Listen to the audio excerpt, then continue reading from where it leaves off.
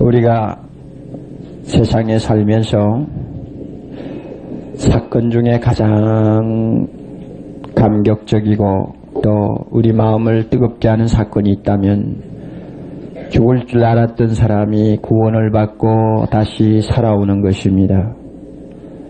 사고를 당해서 많은 사람이 죽었는데 구사일생 돌아오는 사람을 볼 때, 또 중병에 걸려서 소망이 없다고 생각했던 사람이 기적적으로 살아나는 것을 볼 때, 사형 선고를 받아 이제는 보지 못할 줄 알았던 사람이 특사를 받아 감옥문을 나오는 것을 볼 때, 그 생명이 다시 살아나온다는 사실이 너무 우리에게 벅차기 때문에 소리를 지르기도 하고 통곡하기도 하고 눈물을 흘리면서 어찌할 줄 모르는 것이 우리 사람들의 감정적인 표현입니다. 이런 의미에서 구원이라고 하는 것은 기쁨이라는 단어하고 같은 말입니다. 구원이 있는 곳에 반드시 기쁨이 있습니다. 우리가 본문을 통해서 보면 다윗은 주의 구원의 기쁨을 내게 회복시켜 주옵소서 하고 기도합니다. 여기에 다윗이 이야기하는 이 구원이라는 것은 단순히 병에서 고침을 받는다고 한다든지 아니면 어떤 위기를 당했는데 하나님 살려주옵소서 하는 이런 구원이 아닙니다. 한 단계 높은 수준의 구원입니다. 그것은 하나님 앞에 모든 죄를 용서받고 내 영혼이 사는 하나님의 구원을 다시 한번 나에게 확인시켜 달라고 하는 기도입니다. 사실 여러분 그렇지 않습니까? 사고에서 구사일생 살아나오는 구원은 일시적입니다. 언제 내가 다시 그와 같은 사고에 또 빠질지 모릅니다. 병에서 고침을 받은 사람 기뻐합니다마는 그 기쁨도 일시적입니다. 언젠가 그거보다 더 중한 병에 걸릴 수도 있는 것입니다. 그러나 하나님께서 예수 그리스도를 통해서 우리에게 주신 기쁨은, 구원의 기쁨은 영원한 것입니다.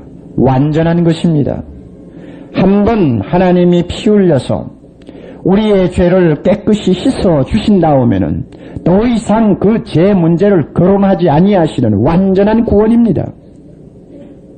한번 하나님께서 우리를 불러 택하시고 성령으로 인을 치사 너는 내 자녀다 하고 확인시켜 놓으시면 하늘의 천군 천사들 앞에서 자기 이름과 명예를 걸고 확인시킨 일이기 때문에 이것은 영원한 것입니다. 완전한 구원입니다.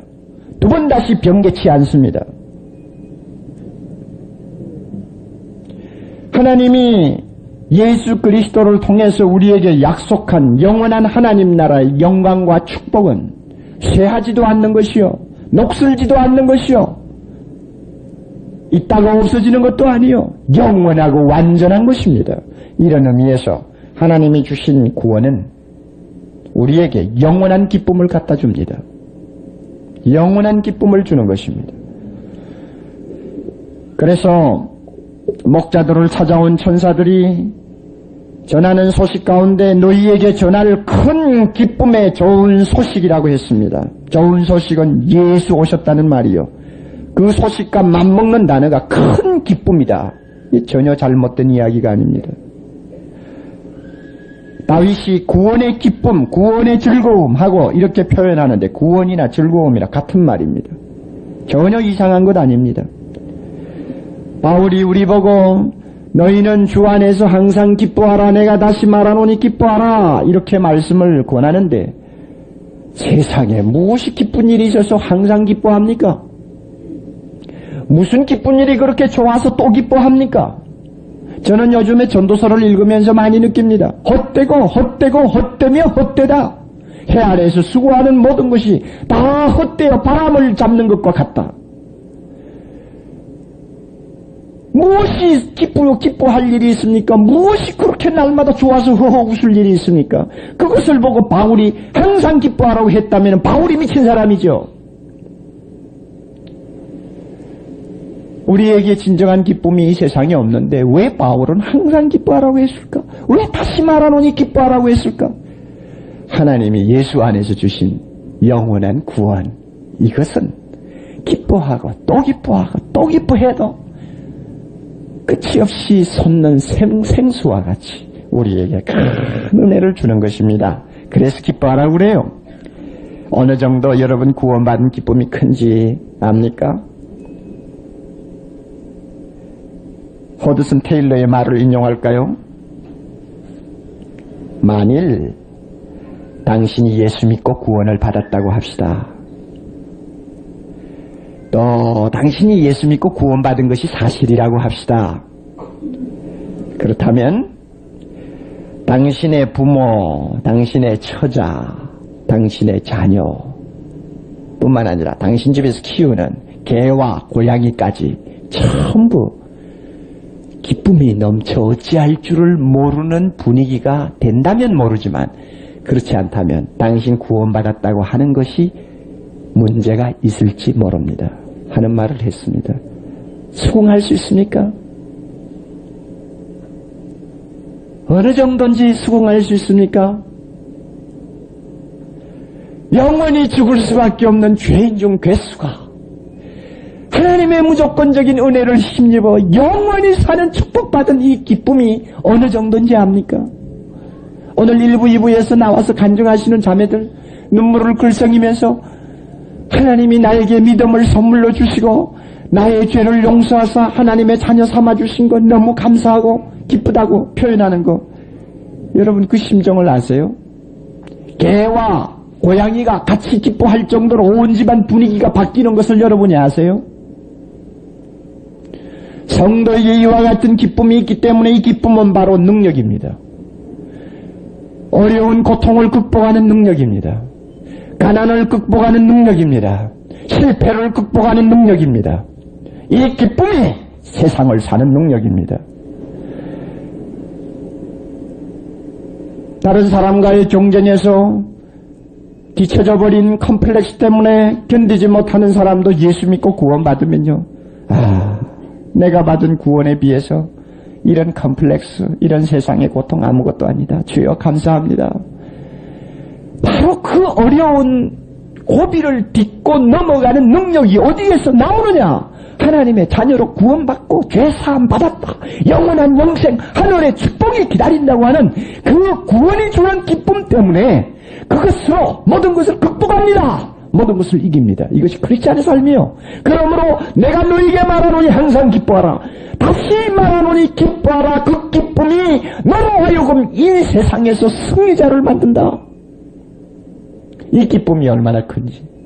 옛날에 순교자들의 이야기를 들으면 화형을 당하는 장면, 연기 속에서 장작더미가 타오르는 데서 오는 고통, 말로 말할 수 없는 그 고통 속에서 웬만한 사람은 비명을 지르고 아무러지지만은 믿음 좋은 성도들 그 속에서 찬양합니다. 하나님 앞에 찬양합니다. 옆에서 지켜보고 있던 사람이 신경질적으로 발악을 합니다. 무엇이 좋아서 그렇게 찬송을 하느냐고, 좋아하느냐고. 고통 속에서 대답이 오늘부터 나는 영원히 사는 축복을 받게 되었는데 왜 기뻐하지 않겠느냐. 오늘부터 나는 영원히 사는 축복을 누리는데 왜 기뻐하지 않겠느냐. 여러분, 이 기쁨을 우리가 가지고 있습니다. 예수 믿는 사람에게 하나님이 이 기쁨을 주셨습니다. 이런 의미에서 하나님이 우리에게 주신 선물은 사실 두 가지입니다. 구원과 기쁨이에요. 그래서 구원은 우리가 영원한 나라 들어가서 영원히 누릴 수 있는 생명이요. 기쁨은 이 현실에서 우리가 체험할 수 있는 은혜입니다.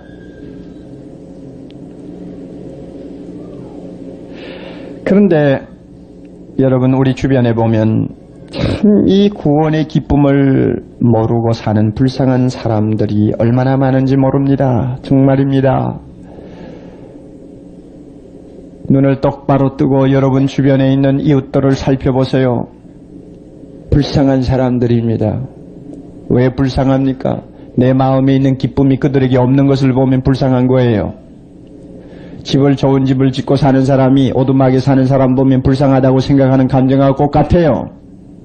영원히 구원받은 기쁨, 하나님이 주신 놀라운 생명의 기쁨이 나에게 있는 것, 저 사람에게 없다고 생각할 때, 그래서 그 사람들은 사실 웃는 것 같아도 솔로몬이 말한 것처럼 미친 웃음을 웃는 것밖에 안 돼요. 아무것도 아니요. 그런 사람을 볼 때 우리는 불쌍하다고 생각합니다. 대각성 전도 집회를 통해서 우리가 3,000명을 그리스도 앞으로 하는 캐치프레이즈를 놓고 기도합니다. 2,000여 명의 성도들이 3,000명을 나올 동안 하나님 앞으로 인도하지 못하면 무능한 성도들이죠. 다락방에 나오는 600-700명의 사람들이 나올 동안 한 사람씩 매일매일 인도해서 3,000명을 못 인도하면은 참 무력한 군중이죠. 교회당은 2,000명 이상 들어가도록 만들어 놓고 우리가 인도 못하면 그 무능한 신자요. 왜 그렇게 무능하게 될까요? 내 마음에 구원받은 기쁨이 없으면 그렇게 무능하게 됩니다. 그러나 내 마음에 구원받은 기쁨이 있으면 끌어옵니다. 이것이 능력이니까요. 끌어와요. 또 한 가지 제가 좀 안타깝게 생각하는 것이 있습니다. 그것은 교회 나오는 분들 가운데서 이 기쁨을 아직 모르는 분들이 있다는 이야기입니다.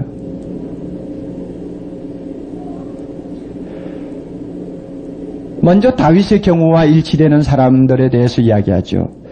다윗은 이 기쁨을 얼마나 넘치도록 느낀 사람인지 모릅니다. 내 영혼아, 내 속에 있는 모든 것들아, 여호와를 송축하고 여호와를 감사하라. 그는 내 모든 죄악을 사하시며 내 모든 병을 고치시며 내 모든 생명을 파멸해서 구속하시고 인자와 긍휼로 내게 관을 씌워주시고 좋은 것으로 내 소원을 만족케 하사 내 청춘으로 독수리같이 새롭게 하셨도다. 여호와여, 나의 구원의 잔을 들고 내가 모든 성도들 앞에서 여호와께서 나를 구원하셨다고 찬송하고 싶다고 소리치던 사람이요. 법궤 앞에서 그야말로 옷이 흘러내리는 줄도 모르고 속옷이 나오는 줄도 모르고 하나님이 너무 좋아서 자기를 구원해 주신 하나님이 너무나 자랑스러워서 춤을 미친 듯이 치던 사람이요. 그만큼 그는 구원의 기쁨이 충만한 사람이었지만 한순간 그 기쁨이 싹 사라졌습니다. 이유가 있었어요. 오늘 51장은 신하의 아내를 빼앗아서 자기 아내를 삼고 그 신하를 칼로 죽이고 나중에는 거짓말하고 그까지 악을 범함으로 인해서 그에게 구원의 기쁨이 순식간에 사라진 다음에 드디어 자기가 얼마나 잘못되었다는 것을 깊이 깨닫고 회개하고 기도하는 장면입니다. 주여, 나에게 옛날처럼 구원의 기쁨을 다시 회복시켜 주세요. 그는 돈 달라고 하지 않았습니다. 명예를 달라고 하지 않았습니다. 장수하게 해달라고 하지 않았습니다. 주여, 나에게 구원의 기쁨 다시 회복시켜 주세요. 죄 때문에 다 잃어버린 이 구원의 기쁨 회복시켜 주세요. 이거 없으면 나는 이 세상을 살 수가 없습니다. 그것이 이 기도요. 여러분 가운데서 아직도 구원받은 기쁨이 마음속에서 샘처럼 솟지 못하고 옛날에는 있었는데 지금은 없어지고 예수 믿는 것이 몹시 지겹고 고통스럽기만 한 분들, 한 가지 분명한 진단을 하세요. 나도 다윗처럼 어딘가 범죄한 것이 없는가? 죄 속에 내 발이 빠져 있지 않는가? 잘못하면서 회개할 줄도 모르고 지금 뻔뻔스럽게 세상을 살고 있지 않는가? 여러분 골방에 들어가서 조용히 말씀 펴놓고 기도하면서 찾아보세요. 성령이 분명히 우리 안에 가르쳐 주실 것입니다. 네가 구원의 기쁨이 새어나간 구멍이 바로 이것이다. 하나님 용서해 주세요. 잘못했습니다. 그 시간에 회개하고 고치세요. 그 다음부터 우리의 마음속에 다시 구원의 기쁨의 샘이 점점 차오르기 시작할 것입니다. 믿습니까? 네. 또 어떤 분들은 교회를 다니면서 왜 이렇게 구원의 기쁨이 없을까? 처음부터 관심이 없어요. 이건 뭐 오늘 1부, 2부 간증을 들으니까 예수를 30-40년 믿었다는 분이 이제 세례를 받으면서 간증하는데 도대체 설교하는 거, 찬송 부르는 거 다 보면 참 지겹기만 하고 귀에 하나도 안 들어오고 교회는 나가야 되는 상황이고 안 나가면 힘들고 가정이 시끄럽고 이러니까 교회를 몇십 년을 다닌 거예요. 관심이 없어요. 왜 죄인이라고 하는지 아침부터 재수없이 말이지. 왜 자꾸 죄인 하는지 뭐 천당이 뭔지, 예수가 십자가에 죽었다는데 그게 무슨 의미가 있는 건지 관심이 없어요. 그러니 그와 같은 사람의 마음에 이 기쁨이 찾아올 리가 없죠. 당연하지 않습니까? 관심이 없으니 성경에 마음을 기울이지 않습니다. 그러니 성경 모르죠. 무식합니다. 한마디로 성경 무식해요. 여러분 알고 계시는 상식을 성경 안다고 하지 마세요. 제가 여러분의 전공 분야에 대해서 몇 가지 아는 걸 떠들면 여러분 굉장히 좀 아니꼽게 생각할 거예요. 건축을 아무것도 모르면서 건축에 대해서 이러니 저러니 떠들어 보세요.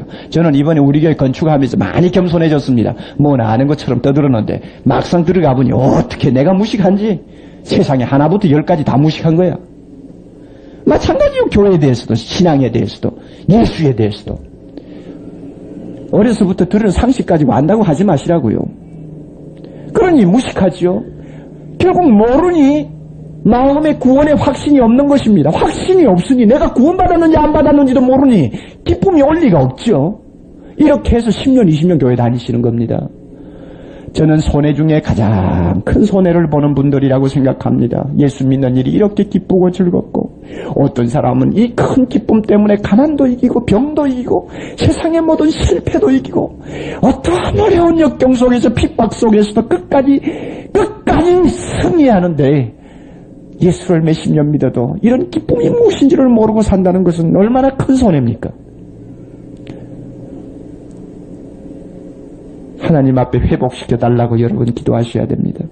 오늘 세례를 받으시는 여러분들, 세례는 내가 예수님의 이름으로 죄사함 받았다고 하는 표를 하는 것입니다.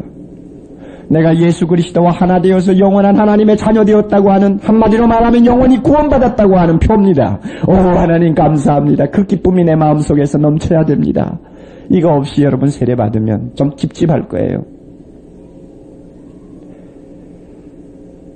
이런 간증을 여러분 한번 들어보시면 어떨까요? 1972년 4월 13일인가요?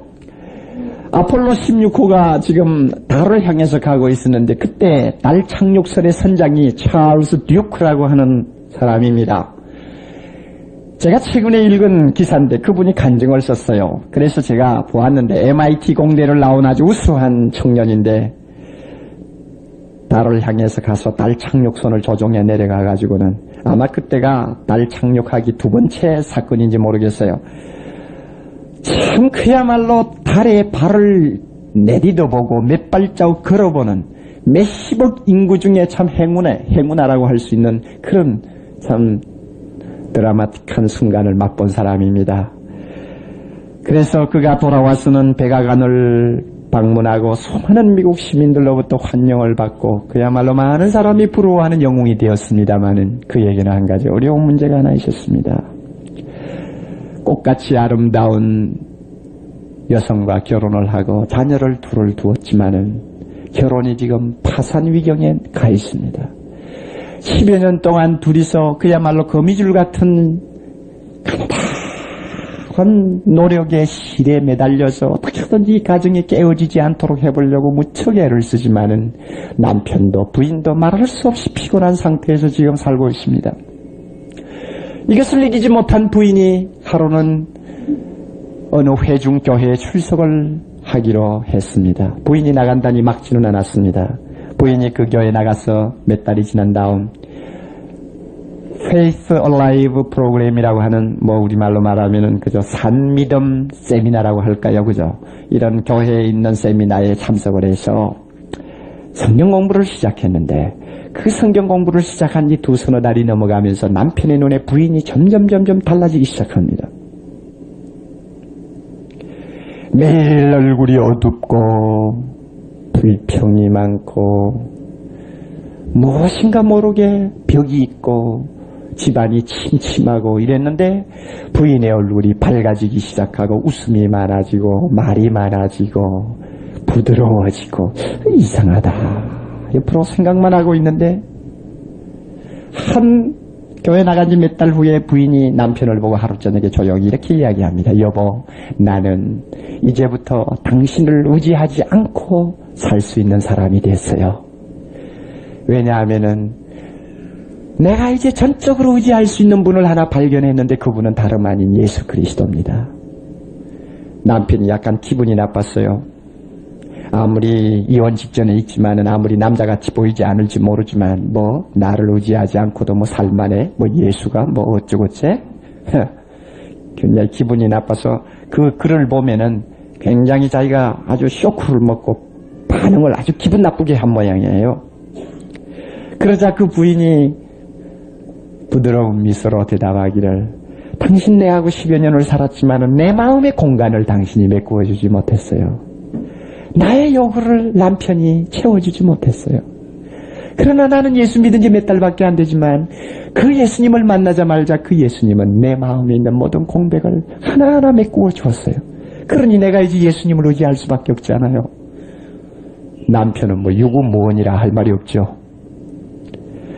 그러나 이 부인은 남편 보고 예수 믿자는 말도 안 합니다. 그의 삶의 변화를 자주자주 그에게 일어나는 마음의 변화를 자주자주 남편에게 이야기하는데 그 부인에게 은근히 남아있는 하나의 쓴뿌리가 있었습니다. 그것은 예수 믿고 자신이 변화되었고 참 새로운 삶을 시작하는 것 같은 마음을 느낍니다마는 한 가지 10년 동안 남편이 자기를 괴롭혀오고 심리적으로 강박감을 주고 뭐 아폴로 뭐 16호 어쩌고 하면서 훈련 받느라고 몇 달씩 가서 있고 하면서 사람을 괴롭힌 그런 그 여러 가지 남편의 과오에 대해서 섭섭한 것에 대해서 잊어버릴 수가 없는 거예요. 하나님 앞에는 용서받았는데 남편을 용서할 수가 없어. 그래서 이 부인은 보통 조금 기분 나빴다 하면은 여보 당신 7년 전에 4월 며칠 당신 뭐 한 일 아느냐고 하고 따지는 사람이에요. 그만큼 기억력이 예민한 사람이야. 예수를 믿고 나서도 이것이 변화가 안 돼. 그래서 계속 이 부인은 기도했는데 하루는 하나님께서 큰 은혜를 주셨습니다. 마음속에 용서하지 못하던 모든 쓴뿌리가 싹 빠져버리고 기억나던 모든 것들이 다 망각의 늪으로 들어가 버립니다. 마음의 평안, 감사, 남편에 대한 사랑 이것이 가슴속에 스며들기 시작했습니다. 비로소 그때 남편을 보고 여보 내하고 교회 가시지 않겠습니까? 전도했습니다. 남편은 기다렸다는 뜻이 부인하고 같이 교회를 출석했습니다. 한 1, 2개월 후에 남편이 드디어 예수 믿겠다고 결단했습니다.